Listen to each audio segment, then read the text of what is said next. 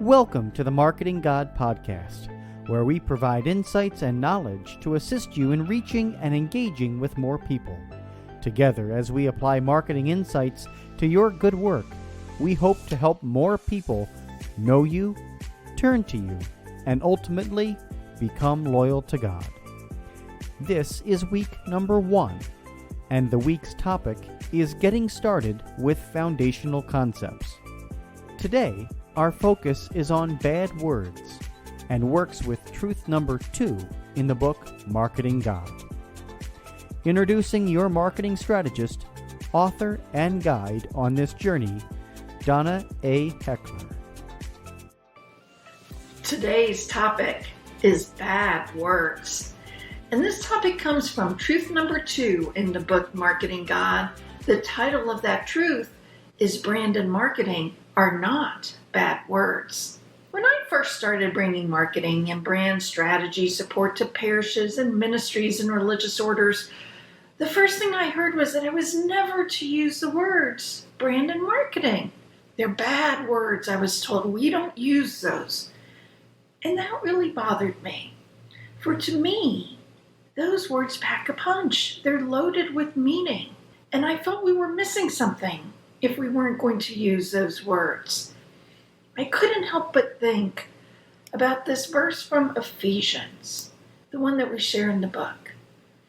It's Ephesians 4:29, and it says, "Let no evil come from your mouths, but only as is good for edifying, as fits the occasion, that it may impart grace to those who hear."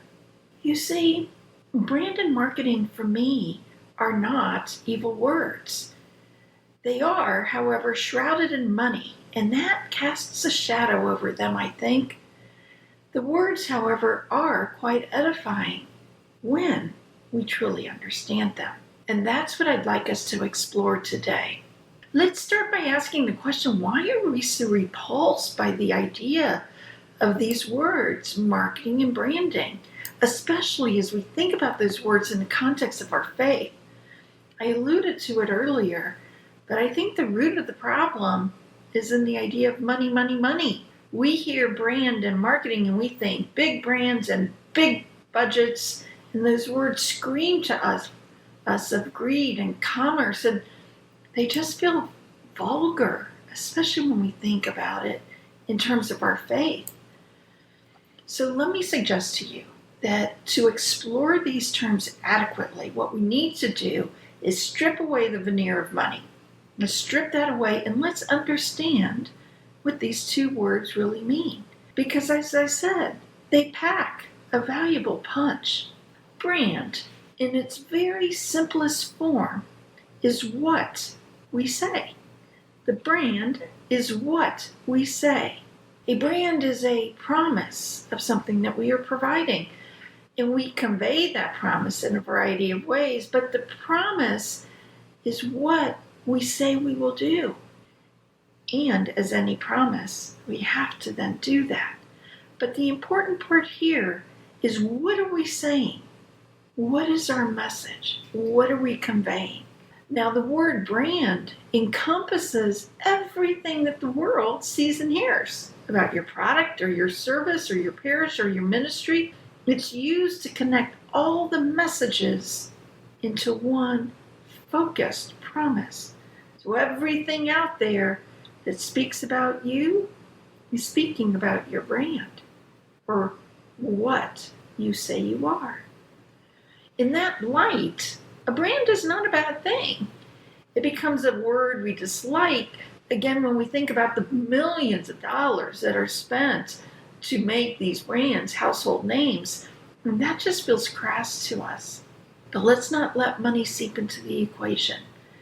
A brand actually performs a really important service. I mentioned it before, and during one of our podcasts, we'll spend the entire podcast on this concept. But I want to reinforce for you that a brand is a promise, and people become loyal to you when they know what your promise is and they know that you keep it. Loyalty, as we discussed, is a reason for marketing.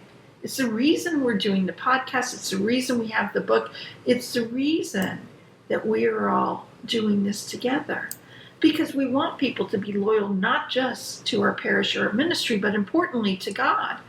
And a really critical way of doing that is being really clear on our promise, on our brand, on what we say. Now let's turn to the word marketing. That also packs a really important punch. Marketing in its simplest form is how we say something. So marketing speaks to the various tools that we can use to get our message, our brand, out there. So the word marketing reflects everything from the PR and communication you use to media and advertising, to promotions that you may do, to research that you may do. Any element or tool that you use to gather information or share your brand are part of your marketing toolkit. And again, too often we hear the word marketing and we think really big budgets or really aggressive media, that it's all in your face. And we hear of this enormous spend, for example, at the Super Bowls, that people were paying millions of dollars for a Super Bowl ad.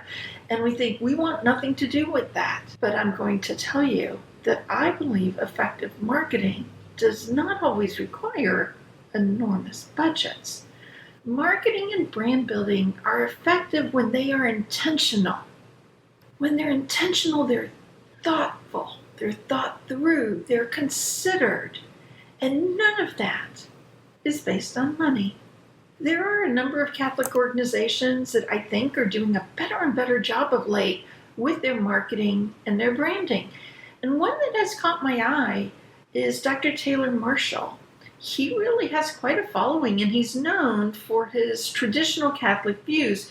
He's an author, he's a speaker, he's got a lot of podcasts out there. But here's what catches my attention. His brand and his marketing efforts are really clear. His brand is very focused, and he reiterates his message, or what he says, what his message is. He reiterates his promise very consistently in everything he does. He makes great use of social media and digital communication in a coordinated and consistent way. And that's an important part of his marketing toolkit. That's how he's getting his word out. That level of uncompromising consistency to his message is why he's gathering so many loyal followers. He's not using expensive advertising to do it. It is not the money that is creating his loyal fans, but rather his discipline and his intention around his brand and his marketing. His discipline and intention around what he says and how he gets the word out. And that's what I want you to think about as well. What does brand and marketing mean to you? And can you be intentional and disciplined as you're doing some of your brand and marketing work? I know that it's difficult for us to use this word marketing or branding with the idea of God. It just feels off to us. It felt off to me. I know if you listened to the first podcast, you heard about that for me. You know how I struggled with the idea of writing a book entitled Marketing God even. I say this because it's not that I hope as Catholics change our tune and start using the words brand and marketing all the time. I don't think that's going to happen. Rather, I do hope that you become familiar with the words and that you're not afraid of them. And importantly, I will be using these words. They're in the book. I will be using them in the podcasts. They're in the worksheets that we're preparing and offering you. They're going to be out there. They're going to be around. So I think if you have an understanding, it'll make the rest of the information a little bit easier to take in and understand as well. One of the things I'd like to leave you with is a little question to ask yourself, just things for you to ponder as you continue forward with your day. And for today, what I'd like you to ask yourself is, has your perception of the words brand and marketing shifted at all? Might understanding those words be helpful to you in the work you do? Thanks everyone for joining us. I look forward to seeing you next time. Thank you for being here. We are so glad you listened in today. We invite you to join the Marketing God Facebook group, where we share additional tools, insights, and ideas with each other. Are you looking for even more insights? You can purchase the acclaimed book, Marketing God, online at your favorite Catholic bookstore or for larger quantities through publisher OSV.